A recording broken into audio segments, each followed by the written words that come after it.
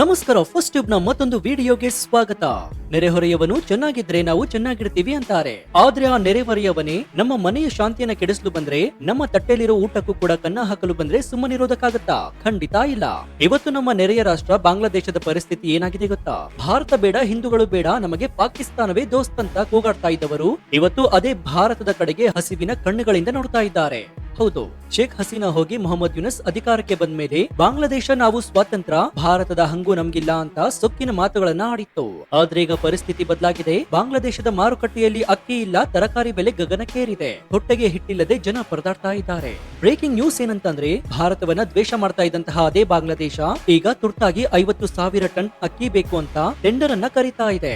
ಭಾರತದ ಸಹಾಯ ಇಲ್ಲದೆ ಒಂದು ದಿನವೂ ಕೂಡ ಮುಂದೆ ಸಾಗದ ಪರಿಸ್ಥಿತಿ ಈಗ ಬಂದು ನಿಂತಿದೆ. ಅಷ್ಟಕ್ಕೂ ಭಾರತ ಒಂದ್ ವೇಳೆ ಕಣ್ಣು ಕೆಂಪಾಗಿಸಿ ಅಕ್ಕಿ ಜೊತೆಗೆ ಈರುಳ್ಳಿ ಮತ್ತು ಕರೆಂಟ್ ಸಪ್ಲೈಯನ್ನೇ ಕಟ್ ಮಾಡಿದ್ರೆ ಏನಾಗುತ್ತೆ? ಬಾಂಗ್ಲಾದೇಶ ಕತ್ತಲಲ್ಲಿ ಮುಳುಗುತ್ತಾ ಭಾರತದ ಈ ಸೈಲೆಂಟ್ ಏಟು ಹೇಗಿರುತ್ತೆ? ಇಷ್ಟು ದಿನ ಅಹಂಕಾರದಿಂದ ಮೆರಿತಾ ಇದ್ದಂತಹ ಬಾಂಗ್ಲಾದೇಶಕ್ಕೆ ಪಾಕಿಸ್ತಾನವಾಗಲಿ ಚೀನಾ ಆಗಲಿ ಯಾಕೆ ಸಪೋರ್ಟ್ ಅನ್ನ ಮಾಡ್ತಾ ಇಲ್ಲ? ಒಂದೊತ್ತು ಊಟವನ್ನು ಕೂಡ ಹಾಕೋದಕ್ಕೆ ಹಿಂಜರಿತಾ ಇರೋದು ಯಾಕೆ? ಬಾಂಗ್ಲಾದೇಶದ ಸೊಕ್ಕಡಗಿಸಲು ಭಾರತ ಮಾಡಲು ಹೊರಟಿರುವಂತಹ ಆ ರಾಜತಾಂತ್ರಿಕ ಪ್ಲಾನ್ ಆದ್ರೂ ಏನು? ಈ ಎಲ್ಲಾ ಮಾಹಿತಿಯನ್ನ ಇವತ್ತಿನ ಈ ವಿಡಿಯೋದಲ್ಲಿ ನೋಡೋಣ. ಆದ್ರೆ ಅದಕ್ಕೂ ಮುನ್ನ ನಿಮ್ಗೇನನ್ಸುತ್ತೆ? ಅಹಂಕಾರದಿಂದ ಮೆರಿತಾ ಇರುವಂತಹ ಬಾಂಗ್ಲಾದೇಶಕ್ಕೆ ಭಾರತ ಅಕ್ಕಿಯನ್ನು ಕಳಿಸ್ಬೇಕಾ ಬೇಡವಾ, ಅಥವಾ ಹಿಂದೂಗಳ ರಕ್ಷಣೆಗೆ ಗ್ಯಾರಂಟಿ ಕೊಡುವವರೆಗೂ ರಫ್ತನ್ನ ಬ್ಯಾನ್ ಮಾಡ್ಬೇಕಾ? ನಿಮ್ಗೇನನ್ಸುತ್ತೆ ಅಂತ ಕಮೆಂಟ್ ಮಾಡಿ ಹಾಗೂ ವಿಡಿಯೋಗೆ ಲೈಕ್ ಕೊಡಿ.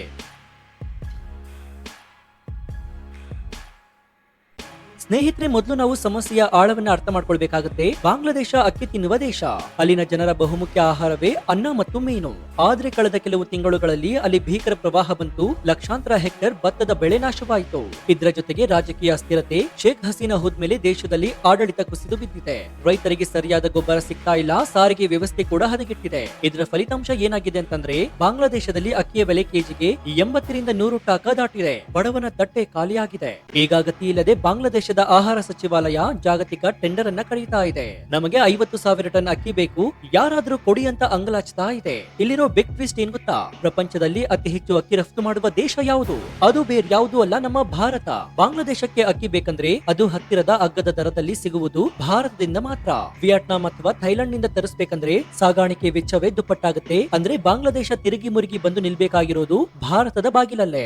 ಈಗ ರಾಜಕೀಯಕ್ಕೆ ಬರೋದಾದ್ರೆ, ಮೊಹಮ್ಮದ್ ಯುನಸ್ ಅಧಿಕಾರಕ್ಕೆ ಬಂದಾಗಿನಿಂದ ಬಾಂಗ್ಲಾದೇಶದ ವರಸೆ ಬದಲಾಗಿದೆ. ಭಾರತದ ವಿರುದ್ಧ ಹೇಳಿಕೆಗಳು, ಪಾಕಿಸ್ತಾನದ ಜೊತೆ ಸನ್ನಿಹಿತವಾದ ಪ್ರಯತ್ನ, ಎಲ್ಲದಕ್ಕಿಂತ ಮುಖ್ಯವಾಗಿ ಅಲ್ಲಿನ ಅಲ್ಪಸಂಖ್ಯಾತ ಹಿಂದೂಗಳ ಮೇಲೆ ನಡೀತಾ ಇರುವಂತಹ ದೌರ್ಜನ್ಯವನ್ನ ತಡೆಯುವಲ್ಲಿ ವಿಫಲವಾಗ್ತಾ ಇದೆ. ಇವೆಲ್ಲವನ್ನು ಭಾರತ ಸರ್ಕಾರ ಸೂಕ್ಷ್ಮವಾಗಿ ಗಮನಿಸ್ತಾ ಇದೆ. ಭಾರತ ಪ್ರಧಾನಿ ನರೇಂದ್ರ ಮೋದಿ ಮತ್ತು ವಿದೇಶಾಂಗ ಸಚಿವ ಜೈಶಂಕರ್ ಅವರ ನಡೆ ಹೇಗಿದೆ ಅಂತಂದ್ರೆ, ಮಾತನಾಡಲ್ಲ ಮಾಡಿ ತೋರಿಸ್ತೀವಿ ಅನ್ನೋ ತರ ಇದೆ. ಭಾರತ ಈಗಾಗಲೇ ಬಾಸುಮತಿಯಂತಹ ಅಕ್ಕಿ ರಫ್ತಿನ ಮೇಲೆ ನಿರ್ಬಂಧವನ್ನ ಹೇರಿದೆ. ಈಗ ಯುನಸ್ ಸರ್ಕಾರಕ್ಕೆ ಅರ್ಥವಾಗ್ತಾ ಇದೆ, ಭಾರತ ವಿರುದ್ಧ ಮಾತನಾಡುವುದು ಸೋಷಿಯಲ್ ಮೀಡಿಯಾದಲ್ಲಿ ಚೆನ್ನಾಗಿರಬಹುದು, ಆದ್ರೆ ವಾಸ್ತವದಲ್ಲಿ ಹೊಟ್ಟೆ ತುಂಬೋದಿಲ್ಲ ಅಂತ. ಭಾರತದ ಪಾಲಿಸಿ ಈಗ ಕ್ಲಿಯರ್ ಆಗಿದೆ. ನೆರೆಹೊರೆ ಮೊದಲು ನಿಜ, ಆದ್ರೆ ಇಂಡಿಯಾ ಫಸ್ಟ್. ಅಂದ್ರೆ ಭಾರತ ಅನ್ನೋದು ಈಗ ಅದಕ್ಕಿಂತ ಮುಖ್ಯ. ಬಾಂಗ್ಲಾದೇಶ ಅಕ್ಕಿಗಾಗಿ ಬೇಡಿಕೆ ಇಟ್ಟಾಗ ಭಾರತ ತಕ್ಷಣ ಒಪ್ಪಿಕೊಳ್ಳಬೇಕಂತಿಲ್ಲ. ನಮ್ಮ ರೈತರ ಹಿತಾಸಕ್ತಿ, ನಮ್ಮ ದೇಶದ ದಾಸ್ತಾನು ಮತ್ತು ಮುಖ್ಯವಾಗಿ ರಾಜತಾಂತ್ರಿಕ ಸಂಬಂಧವನ್ನ ನೋಡಿಯೇ ಭಾರತ ಅಕ್ಕಿಯನ್ನ ಕೊಡುತ್ತೆ. ಯುನಸ್ ಅವರ ಅಹಂಕಾರಕ್ಕೆ ಭಾರತ ಬಳಿ ಇರುವ ಉತ್ತರವೇ ಆಹಾರ ಭದ್ರತೆಯ ಅಸ್ತ್ರ. ಅಕ್ಕಿ ಕತೆ ಒಂದ್ ಕಡೆಯಾದ್ರೆ, ಬಾಂಗ್ಲಾದೇಶದ ಜನರ ಕಣ್ಣಲ್ಲಿ ನೀರು ತರಿಸ್ತಾ ಇರೋದು ಈರುಳ್ಳಿ. ಬಾಂಗ್ಲಾದೇಶಕ್ಕೆ ಬೇಕಾಗುವ ಬಹುಪಾಲು ಈರುಳ್ಳಿ ಹೋಗೋದು ಮಹಾರಾಷ್ಟ್ರ ಮತ್ತು ಕರ್ನಾಟಕದಿಂದ. ಪ್ರತಿ ಬಾರಿ ಭಾರತ ಈರುಳ್ಳಿ ರಫ್ತು ನಿಷೇಧಿಸಿದಾಗ ಢಾಕಾದಲ್ಲಿ ಸರ್ಕಾರಗಳ ನಲಗಿ ಹೋಗಿವೆ. ಒಂದ್ ವೇಳೆ ಭಾರತ ನಿಮ್ಮ ದೇಶದಲ್ಲಿ ನಮ್ಮವರು ಅಂದ್ರೆ ಹಿಂದೂಗಳ ರಕ್ಷಣೆ ಆಗೋವರೆಗೂ ಒಂದೇ ಒಂದು ಈರುಳ್ಳಿ ಲಾರಿ ಬಾರ್ಡರ್ ದಾಟಲ್ಲ ಅಂತ ನಿರ್ಧಾರ ಮಾಡಿದ್ರೆ ಏನಾಗುತ್ತೆ ಊಹಿಸ್ಕೊಳ್ಳಿ. ಬಾಂಗ್ಲಾದೇಶದ ಹೋಟೆಲ್ಗಳು ಬಂದಾಗತ್ವೆ, ಜನಸಾಮಾನ್ಯರ ಆಕ್ರೋಶ ಮುಗಿಲು ಮುಟ್ಟುತ್ತೆ. ಈಗಾಗಲೇ ಅಲ್ಲಿ ಬೆಲೆ ಏರಿಕೆಯಿಂದ ಜನ ರೋಸಿ ಹೋಗಿದ್ದಾರೆ. ಈರುಳ್ಳಿ ಸಪ್ಲೈ ಕಟ್ ಮಾಡಿದ್ರೆ ಅದು ಯುನಸ್ ಸರ್ಕಾರಕ್ಕೆ ಚೇತರಿಸಿಕೊಳ್ಳಲಾಗದ ಪೆಟ್ಟು ಕೊಡುತ್ತೆ. ಇದು ಭಾರತ ಕೈಯಲ್ಲಿರುವಂತಹ ಎರಡನೇ ಬ್ರಹ್ಮಾಸ್ತ್ರವಾಗಿದೆ. ಇನ್ನು ಅಕ್ಕಿ ಈರುಳ್ಳಿ ಇಲ್ಲದಿದ್ರು ಕೂಡ ಹೇಗೋ ಒಂದು ಬದುಕಬಹುದು, ಆದ್ರೆ ವಿದ್ಯುತ್ ಇಲ್ಲದೆ ದೇಶ ನಡೆಯುತ್ತಾ? ಇಲ್ಲೇ ಇರೋದು ಅಸಲಿ ಗೇಮ್. ಬಾಂಗ್ಲಾದೇಶ ತಾನು ಬಳಸುವ ವಿದ್ಯುತ್ಗಾಗಿ ಭಾರತದ ಮೇಲೆ ಭಾರಿ ಪ್ರಮಾಣದಲ್ಲಿ ಅವಲಂಬಿತವಾಗಿದೆ. ವಿಶೇಷವಾಗಿ ಅದಾನಿ ಪವರ್ ಜಾರ್ಖಂಡ್ನ ಗುಡ್ಡಾ ಸ್ಥಾವರದಿಂದ ನೇರವಾಗಿ ಬಾಂಗ್ಲಾದೇಶಕ್ಕೆ ವಿದ್ಯುತ್ ಸರಬರಾಜು ಆಗುತ್ತೆ. ಇಲ್ಲಿ ಗಮನಿಸಬೇಕಾಗಿರೋ ಅಂಶ ಏನಂದ್ರೆ, ಬಾಂಗ್ಲಾದೇಶ ವಿದ್ಯುತ್ ಬಿಲ್ ಬಾಕಿ ಉಳಿಸಿಕೊಂಡಿದೆ. ಸಾವಿರಾರು ಕೋಟಿ ರೂಪಾಯಿ ಬಾಕಿ ಇದೆ. ನಿಯಮದ ಪ್ರಕಾರ ದುಡ್ಡು ಕೊಡದಿದ್ರೆ ಕರೆಂಟ್ ಕಟ್ ಮಾಡಬಹುದು. ಅದಾನಿ ಗ್ರೂಪ್ ಈಗಾಗಲೇ ಎಚ್ಚರಿಕೆಯನ್ನು ನೀಡಿದೆ. ಒಂದ್ ವೇಳೆ ಭಾರತ ಸರ್ಕಾರ ರಾಜತಾಂತ್ರಿಕವಾಗಿ ಕಠಿಣ ನಿಲುವು ತಾಳಿದ್ರೆ, ಪೇಮೆಂಟ್ ಆಗೋವರೆಗೂ ಪವರ್ ಇಲ್ಲ ಅಂತ ಸ್ವಿಚ್ ಆಫ್ ಮಾಡಿದ್ರೆ, ಬಾಂಗ್ಲಾದೇಶದ ಗಾರ್ಮೆಂಟ್ಸ್ ಫ್ಯಾಕ್ಟರಿಗಳು ಅಂದ್ರೆ ಬಟ್ಟೆ ಕಾರ್ಖಾನೆ ಕಾರ್ಖಾನೆಗಳು ಸ್ತಬ್ಧವಾಗುತ್ತವೆ. ಅವರ ಆರ್ಥಿಕ ಬೆನ್ನೆಲುಬೆ ಈ ಗಾರ್ಮೆಂಟ್ಸ್ ಉದ್ಯಮ. ಕರೆಂಟ್ ಇಲ್ಲದೆ ಮೆಷಿನ್ ಓಡಲ್ಲ, ಎಕ್ಸ್ಪೋರ್ಟ್ ನಿಲ್ಲುತ್ತೆ, ಲಕ್ಷಾಂತರ ಜನ ಕೆಲಸವನ್ನ ಕಳೆದುಕೊಳ್ತಾರೆ. ಇದು ಭಾರತದ ಬಳಿ ಇರುವಂತಹ ನ್ಯೂಕ್ಲಿಯರ್ ಆಪ್ಷನ್ ಇದ್ದ ಹಾಗೆ. ಇದನ್ನ ಬಳಸಿದ್ರೆ ಬಾಂಗ್ಲಾದೇಶ ಮಂಡಿಯೂರುವುದು ಖಚಿತ. ನೀವು ಕೇಳಬಹುದು, ಭಾರತ ಕೊಡದಿದ್ರೆ ಏನಾಯ್ತು, ಅವರು ಚೀನಾ ಮತ್ತು ಪಾಕಿಸ್ತಾನದ ಹತ್ತಿರ ತಗೊಳ್ತಾರೆ ಅಂತ. ಇಲ್ಲೇ ಇರೋದು ಲಾಜಿಕ್. ಪಾಕಿಸ್ತಾನ ಹತ್ತಿರವೇ ತಿನ್ನೋಕೆ ಹಕ್ಕಿ ಇಲ್ಲ, ಇನ್ನು ಅವರು ಬಾಂಗ್ಲಾದೇಶಕ್ಕೆ ಏನ್ ಕೊಡ್ತಾರೆ? ಇವರು ಈಗಾಗಲೇ ಸಾಲದ ಸುಳಿಯಲ್ಲಿ ಸಿಲುಕಿ ಒದ್ದಾಡ್ತಾ ಇದ್ದಾರೆ. ಇನ್ನು ಚೀನಾದ ಕಥೆಯನ್ನು ನೋಡೋದಾದ್ರೆ, ಚೀನಾ ವ್ಯಾಪಾರ ಮನಸ್ಥಿತಿಯ ದೇಶ. ಅವರು ಫ್ರೀ ಆಗಿ ಅಥವಾ ಕಡಿಮೆ ರೇಟಿಗೆ ಏನು ಕೊಡಲ್ಲ, ಸಾಲದ ರೂಪದಲ್ಲಿ ಕೊಡ್ತಾರೆ, ಬಡ್ಡಿ ಹಾಕ್ತಾರೆ, ಕೊನೆಗೆ ದೇಶವನ್ನೇ ಅಡ ಇಟ್ಕೊಳ್ತಾರೆ. ಶ್ರೀಲಂಕಾಗೆ ಆಗಿದ್ದು ಕೂಡ ಅದೇ. ಈಗ ಬಾಂಗ್ಲಾಗೂ ಅದೇ ಭಯ ಕೂಡ ಇದೆ. ಹಾಗಾಗಿ ಭೌಗೋಳಿಕವಾಗಿ ಭಾರತವೇ ಬಾಂಗ್ಲಾದೇಶಕ್ಕೆ ಬೆಸ್ಟ್ ಫ್ರೆಂಡ್ ಆಗೋಕೆ ಸಾಧ್ಯ. ಭಾರತದ ಗಡಿಗಳು ಬಾಂಗ್ಲಾದೇಶವನ್ನ 3 ಕಡೆಯಿಂದ ಸುತ್ತುವರೆದಿದೆ. ಭಾರತವನ್ನ ಬಿಟ್ಟು ಬಾಂಗ್ಲಾದೇಶ ಉಸಿರಾಡುವುದು ಕೂಡ ಕಷ್ಟ. ಇದು ಅಲ್ಲಿನ ಆಡಳಿತಗಾರರಿಗೆ ಈಗೀಗ ಅರ್ಥವಾಗ್ತಾ ಇದೆ. ಇನ್ನು ಕೇವಲ ಅಕ್ಕಿ, ಈರುಳ್ಳಿ, ಕರೆಂಟ್ ಮಾತ್ರವಲ್ಲ, ಭಾರತದ ಬಳಿ ಇನ್ನೂ 2 ಕಾಣದ ಕೈಗಳಿವೆ. ಅವು ಬಾಂಗ್ಲಾದೇಶದ ಆರ್ಥಿಕತೆಯನ್ನೇ ಬುಡಮೇಲು ಮಾಡುವ ಶಕ್ತಿಯನ್ನ ಹೊಂದಿವೆ. ಅದರಲ್ಲಿ ಮೊದಲನೆಯದು ಗಾರ್ಮೆಂಟ್ಸ್ ಉದ್ಯಮದ ಪಳ್ಳಟ. ನಿಮಗೆ ಗೊತ್ತಿರಲಿ, ಬಾಂಗ್ಲಾದೇಶದ ಆರ್ಥಿಕತೆಯ ಬೆನ್ನೆಲುಬೆ ಗಾರ್ಮೆಂಟ್ಸ್ ಅಥವಾ ಬಟ್ಟೆ ತಯಾರಿ ಉದ್ಯಮ. ಪ್ರಪಂಚದ ದೊಡ್ಡ ದೊಡ್ಡ ಬ್ರ್ಯಾಂಡ್ಗಳು ಬಾಂಗ್ಲಾದೇಶದಲ್ಲಿ ಬಟ್ಟೆಯನ್ನು ಹೊಲಿಸ್ತಾ ಇತ್ತು. ಅಲ್ಲಿನ ಕೋಟ್ಯಾಂತರ ಜನರಿಗೆ ಊಟ ಸಿಗ್ತಾ ಇರೋದೇ ಈ ಕೆಲಸದಿಂದ. ಆದ್ರೆ ಯಾವಾಗ ಯುನೆಸ್ ನೇತೃತ್ವದಲ್ಲಿ ಅಸ್ಥಿರತೆ ಶುರುವಾಯಿತು, ಅಲ್ಲಿನ ಫ್ಯಾಕ್ಟರಿಗಳಿಗೆ ಬೆಂಕಿ ಬಿದ್ದು ಸ್ಟ್ರೈಕ್ ಶುರುವಾಯಿತು. ಇದರ ನೇರ ಲಾಭ ಯಾರಿಗೆ ಆಗ್ತಾ ಇದೆ ಗೊತ್ತಾ? ಅದು ನಮ್ಮ ಭಾರತಕ್ಕೆ. ಹೌದು, ಬಾಂಗ್ಲಾದೇಶಕ್ಕೆ ಹೋಗ್ತಾ ಇರುವಂತಹ ಸಾವಿರಾರು ಕೋಟಿ ರೂಪಾಯಿ ಆರ್ಡರ್ಗಳು ಈಗ ಭಾರತದ ತ್ರಿಪುರಾ ಮತ್ತು ಲೂಧಿಯಾನಾ ಕಡೆಗೆ ಶಿಫ್ಟ್ ಆಗ್ತಾ ಇದೆ. ಜಾಗತಿಕ ಕಂಪನಿಗಳು ಬಾಂಗ್ಲಾದೇಶ ಸೇಫ್ ಅಲ್ಲ, ಭಾರತವೇ ಬೆಸ್ಟ್ ಅಂತ ನಿರ್ಧಾರವನ್ನ ಮಾಡಿದೆ. ಇದು ಬಾಂಗ್ಲಾದೇಶಕ್ಕೆ ಬಿದ್ದಿರೋ ಮರ್ಮಾಘಾತವಾಗಿದೆ. ಒಂದ್ ಕಡೆ ಅಕ್ಕಿ ಇಲ್ಲ, ಇನ್ನೊಂದು ಕಡೆ ಕೈಯಲ್ಲಿದ್ದಂತಹ ಕೆಲಸನೂ ಹೋಯ್ತು. ವಿನಾಶಕಾಲೆ ವಿಪರೀತ ಬುದ್ಧಿ ಅನ್ನೋದು ಇದಕ್ಕೆ ಇರಬೇಕು. ಭಾರತವನ್ನ ದ್ವೇಷಿಸಿ ಅವರು ತಮ್ಮ ಕಾಲ ಮೇಲೆ ತಾವೇ ಕಲ್ಲನ್ನ ಹಾಕೊಂಡಿದ್ದಾರೆ. ಇನ್ನು 2ನೇ ಅಸ್ತ್ರ ಏನಂದ್ರೆ ತೀಸ್ತಾ ನದಿ ನೀರು. ಇದು ಭಾರತದ ಬ್ರಹ್ಮಾಸ್ತ್ರ.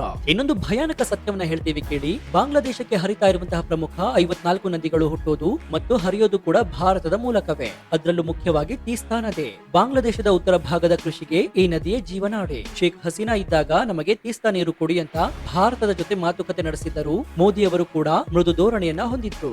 ಆದ್ರೆ ಈಗ ಕಥೆ ಬದಲಾಗಿದೆ. ಪಶ್ಚಿಮ ಬಂಗಾಳದ ಮೂಲಕ ಹರಿಯುವಂತಹ ಈ ನದಿಯ ನೀರನ್ನ ಹಂಚಿಕೆ ಒಪ್ಪಂದ ಇನ್ನೂ ಕೂಡ ಆಗಿಲ್ಲ.